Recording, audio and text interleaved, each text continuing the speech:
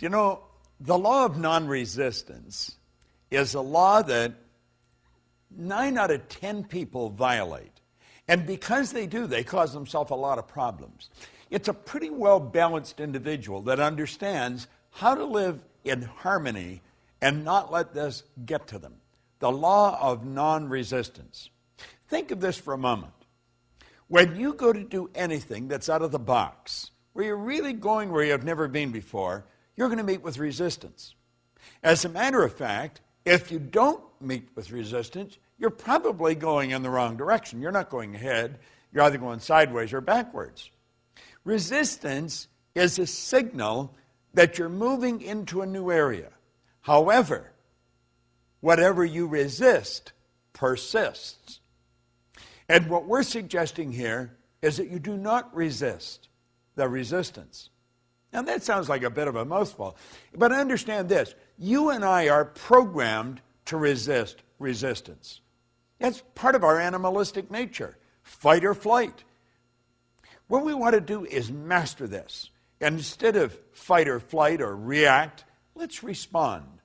Do you know there's a beautiful concept? It's the law of psychological reciprocity that rests on this law. That law states, whenever you put good out, you'll get good back, but very rarely right away. When you put bad out, bang, you get it right back. Well, let's think about that for a moment. We'll use the martial arts as a metaphor here. Karate is a very hard form of martial arts. You whack me, I whack you. You kick me, I kick you. And we beat the daylights out of each other. That's resisting resistance. Karate is not the way we want to approach this. When somebody yells at us, let them yell. Let them vent all the negativity, but not hit back.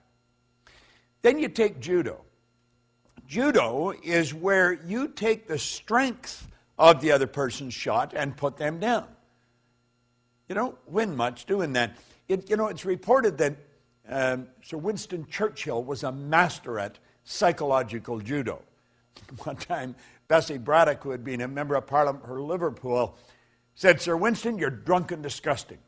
He said, yes, madam, I am. And he said, you're ignorant. You're ugly. But he said, tomorrow morning, I'm going to be sober. You say, what did he do? He win the battle and lose the war.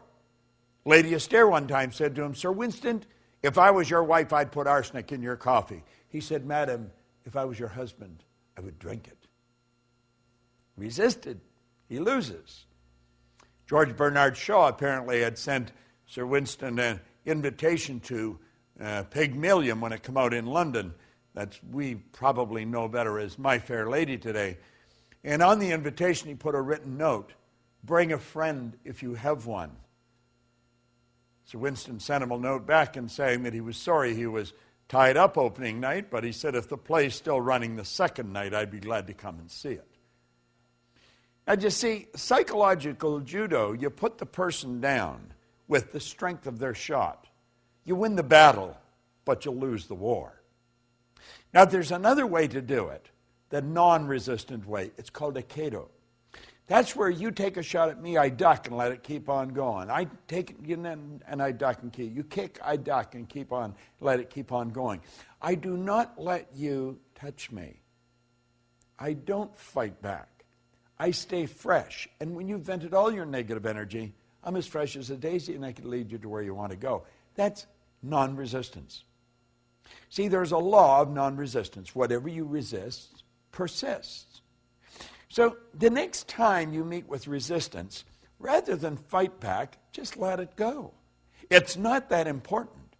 And if you can get this law down pat, I guarantee you, you're going to have a good trip all the way to the top. Because you see, it's whenever we get out of the box, when we're moving ahead. I'm working on a new project. In fact, I've been working on it for a year.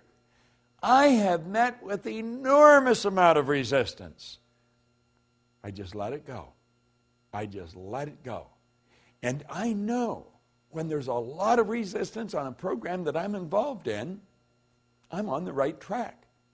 You see, if you're just going sideways, there isn't any resistance. You're doing something you already know. The law of non-resistance. of these 11 laws that you're getting, this is one of the most important. Burn it into your mind. And remember, don't react, respond. I remember, to close off with, I was doing a seminar with a bunch of teenagers in Hawaii one time. And I asked the kids, I said, what's the difference between reacting and responding? This one little 15-year-old girl looked off into space, and she put her hand up. And she says, reacting is a habit. To respond, you have to think. It was the best answer I'd ever got. 15 years old. To react is a habit. To respond, you have to think. Now think of this. When you react, whatever it is that's causing you to react wins. You lose. When you respond, you win. The law of non-resistance. It's a great law to understand. Use it, and you'll win. This is Bob Proctor, and thank you.